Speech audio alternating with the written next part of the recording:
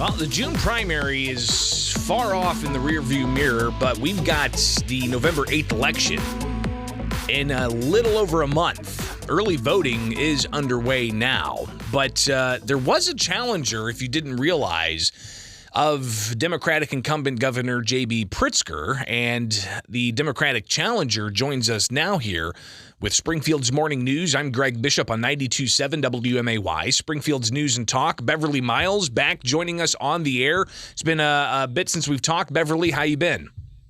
I'm well. How are you? Good. Thumbs up. And I'm glad that we were able to, at least on these airwaves, provide listeners with the opportunity to hear one of the candidates that was on the ballot for the Democratic primary for the office of governor. So we had several conversations leading up to that. Here we are now, weeks after the primary. You got close to, 9% of the vote with very little exposure. You guys didn't even have a debate, did you? We did not. He declines to debate me. What do you think that says, at least in as much as the idea of giving voters as much information as possible about the candidates that they had to choose from? I just believe voters' options were taken away from them. You know, with him declining to debate me, no media coverage, little to no media coverage, and going through the 5 challenges, it just took voters' not rights, but options away. We're talking with Beverly Miles. She was the Democratic challenger to Governor J.B. Pritzker in the June primary. That was months ago, and we're rapidly approaching the November election. And you're being pretty outspoken here now at this stage of the election cycle. What is your role now? What do you see your role in talking to members of the media now, this close to the election?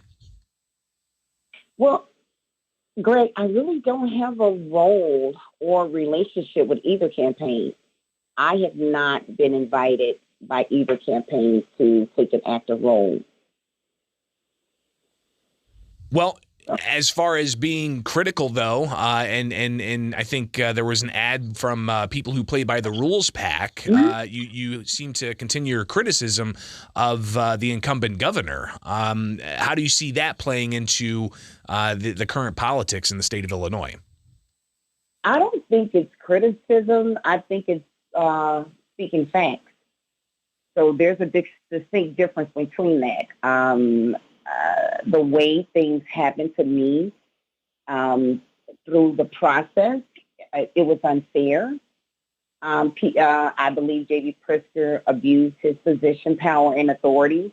So that's actually happened. So I don't think that's being critical. What message do you have for Democrats out there who, they're looking at what's on the ballot right now, and they're thinking, okay, well, should I just go with the Democrat or should I sit out this election? What's your message for Democrats?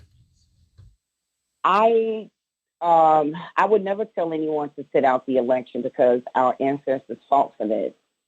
I think voters need to be engaged. They need to vote their interest. They need to do research on both candidates.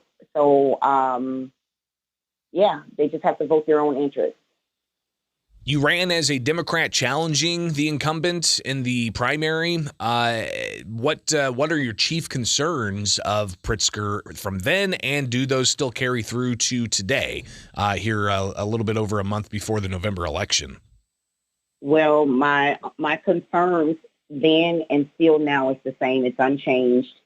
The gun violence in the state of Illinois is high. Unemployment in the state of Illinois is high, and the property taxes in the state of Illinois is still high. So my concerns are unchanged. And you don't feel that the governor's doing enough with those issues? I do not. What do you think needs to be done? What's going to be the remedy to, say, crime, for instance, or high taxes, as another example?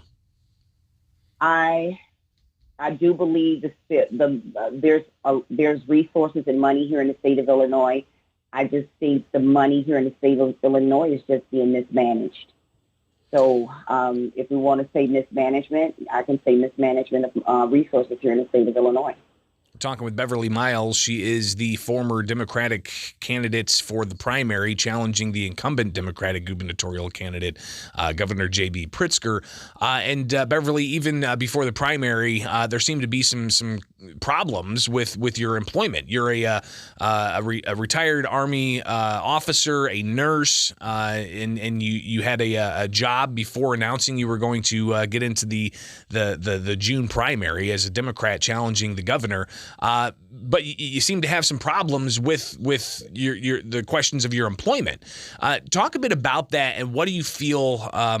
What's the latest on that front? And do you feel that there was something nefarious going on underneath? Well, currently my case is in federal court, so I really can't get far too in depth about it. But what I will say, I do have a good faith reason to believe that J.B. Pritzker is behind trying to get me fired. And I say that because within days of me making my announcement, I began receiving emails and phone calls from the VA Office of Special Counsel in Washington, D.C., implying that I was in violation of the Hatch Act, Hatch 1939. Which is far from the truth. So I was given options to either come into compliance, withdraw my candidacy, resign, or be fired. And if I did not resign, or if I did not resign, I would be fired. Well, yeah, I would essentially be fired. So when I did not resign, they brought the charges against me, I think around October of 2021. And right now my case is still in federal court. Again, talking with Beverly Miles, former Democratic candidate for governor in the June primary. And then you say you feel that the governor may have influenced things one way or the other. Do you have any evidence to that effect? Well, under the Whistleblower Act, that the identity of that person is protected.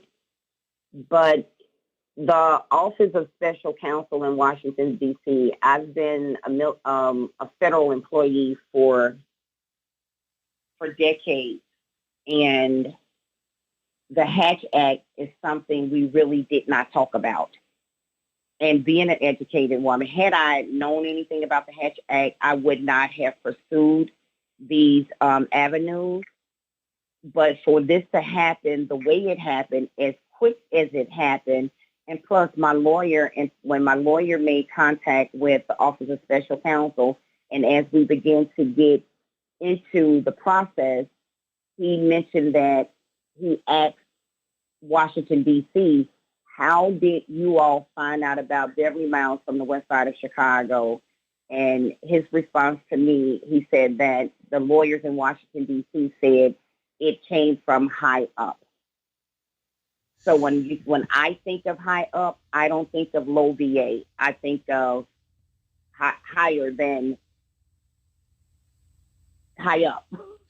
Well, I imagine that we may hear more about that in the future. Beverly Miles, I appreciate taking time with you today, and let's connect again in the near future. We've still got a month before the November election, so we may just talk before then as well. Greatly appreciate your time this morning. Thank you, Greg. It is Springfield's Morning News. I'm Greg Bishop on 92.7 WMAY.